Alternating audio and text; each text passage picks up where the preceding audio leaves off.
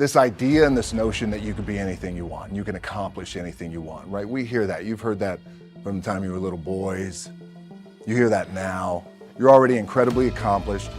You can win an NBA championship, MVP of the league. You could become president. You could become governor. You could be in entertainment. You could do Charles, and you could do Shaq. You could do that. You could do whatever you want to do. You guys know that.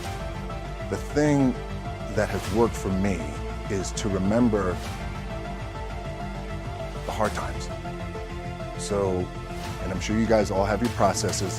And again, I'm going to tell you what's worked for me. So before a big movie comes out, before back in the days when I was wrestling with WWE, a WrestleMania match, anything big that would happen, I would always take a moment and I just remind myself, all right, I was evicted when I was 14. We were kicked off the island. We couldn't live in Hawaii. Had no place to live. A lot of shit happened. Then when I moved to Nashville, I was arrested multiple times by the time I was 16 years old. Like, I remember that. If I were playing on this team, which my skills are, what's that term? Oh, the shits. So I would play. But before I lace up, before I get on the court, before I play in these big games, before I go to the Staples Center, where history, those are historic walls there at the Staples Center. I would remember that, and it allows me then to be present in the moment and understand, holy shit, the stuff I have around me right now, this is the shit that I dreamed of when I was a kid. I am here.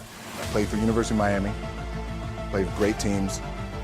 Warren Sapp, Ray Lewis, they were my teammates. They were balling. Warren Sapp was playing tight end at that time. I was starting defensive tackle. Yeah. They moved him over to D-line. And he looked at me, he's like, yo, dude, I'm gonna take your spot. I said, you ain't taking nothing. He said, I'm gonna take your spot. We battled, and he took my spot. And you can imagine how that fucked with me, because there goes my opportunity. He went in, switched to defensive tackle, lit the world on fire. Well, what that did, it crushed me, it crushed my dreams. I had a piss poor senior year, zero production, no NFL, no combine invite, nothing. Finally went to the CFL, Calgary Stampeders, making $250 a week Canadian. I had to send that shit home to my wife at that time. Had no money. So I remember that. When I got cut from Canada, I had $7 in my pocket. And I always tell that story. So now my production company is $7, advertising agency is $7, everything is $7. So I always remember that. What helps me is to keep the hard times in the front of my mind, because it allows me to go into these big moments that I've worked my ass off, and you guys have worked your ass off. It allows me to go into these big moments with a different perspective. What it also does for me, and again, this is what works for me. Like, I keep my back, excuse my language, my back is up against this motherfucker. Every day, it's against you, this fucking wall. Excuse my language. But it's up against this motherfucker because it's what I believe in. And when my back is against this motherfucker, then there's nowhere to go. But that way. That's it. So I feel like this could be something, an ideology and mindset that could help you. Could, if you look at it that way. Because you made it already. We made it. We're successful boys, and we're lucky boys to be where we're at. Oh, you guys made it. Everybody's rich in the room. Nobody's gonna get evicted anymore. Anything you got, there's no more money problems, right? You got a lot of hands out now. Hey, can I get a little bit? Can I get a little bit? Right, that happens. But when you make it, for me, I need this. I need this. So every day, my back is up against this motherfucker, and this is how I operate. Now, doesn't mean you don't smile, doesn't mean you don't laugh and joke, right? You're happy, I'm a happy guy. But when it comes to business, and when it comes to executing, it's up against this. And I gotta go that way. I don't give a fuck who is in front of me. They're not gonna stop me. I feel like for me, it feels seamless because you prepared for so long. But it's just like you guys prepping for a game. That's the fun part. That's what it's like, fuck, it's fun, man. People are paying their hard-earned dollars to come see you.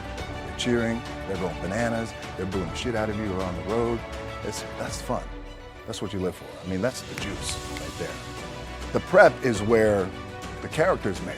And I just don't mean the character I play, I mean the character in here. So for me, the prep is getting with the director, getting with the producers, getting with the writers, so in essence, it's like getting with all your coaches and your different position coaches and all the meetings that you have to have, right? So that's the work you put in.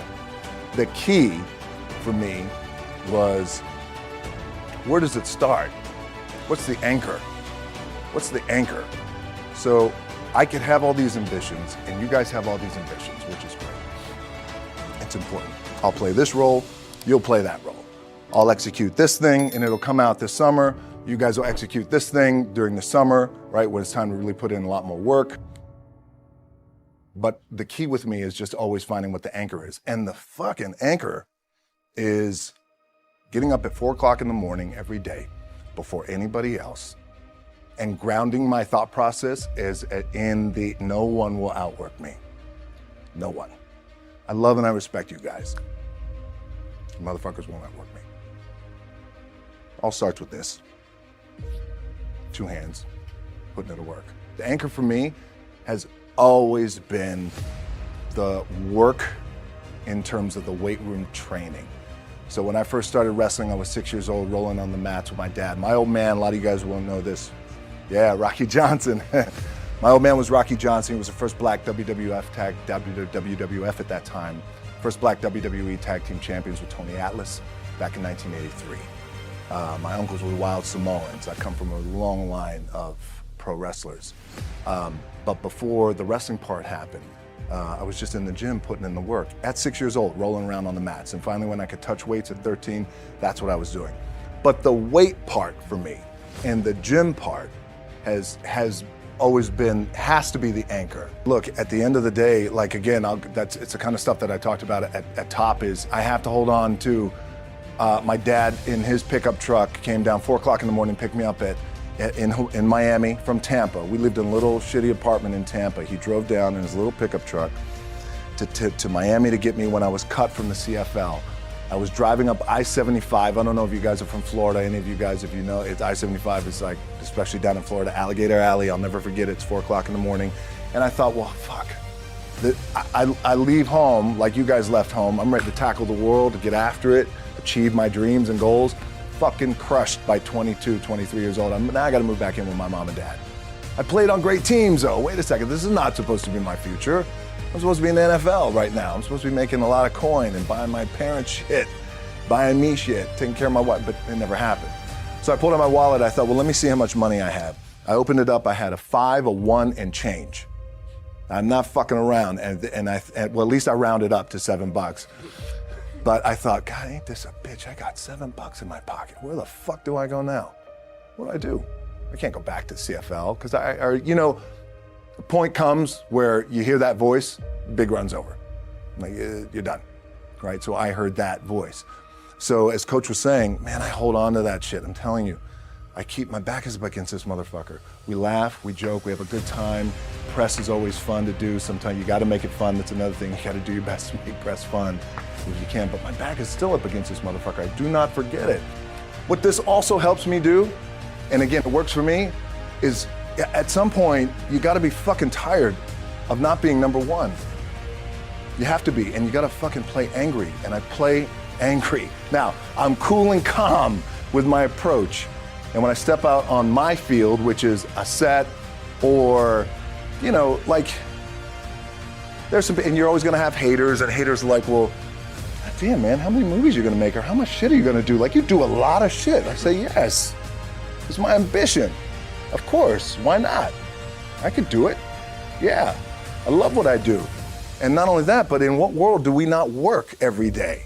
It doesn't mean, it's just like you guys in the off season. You gotta work every fucking day. It doesn't end. My back is up against this thing, and I started to play angry, by the way, and I still play angry. My last match, Brock Lesnar, transitioned, and I realized if I had to be great at something, I wanted to be great in this world of Hollywood and movie making and producing and entertainment, I had to commit, and like you guys have to commit. Obviously, you commit to something, commit to the goal. So I quietly retired 2 years later, I thought, what the fuck did I do with my career? Because my movies were not doing well. I was written off. I was like, it was around 2006, 2007. I was like, God damn. I left, I pulled a Jim Brown.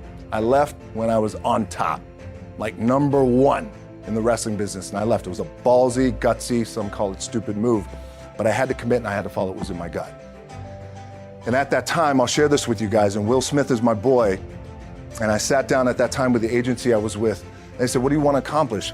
I said, I want to accomplish the world. I want the world, and I want Will Smith's career, and I said, and I mean this respectfully because I know he's here at this agency with us, I want to do it bigger and better. And they looked at me like I had 3 fucking heads, and they were like, okay.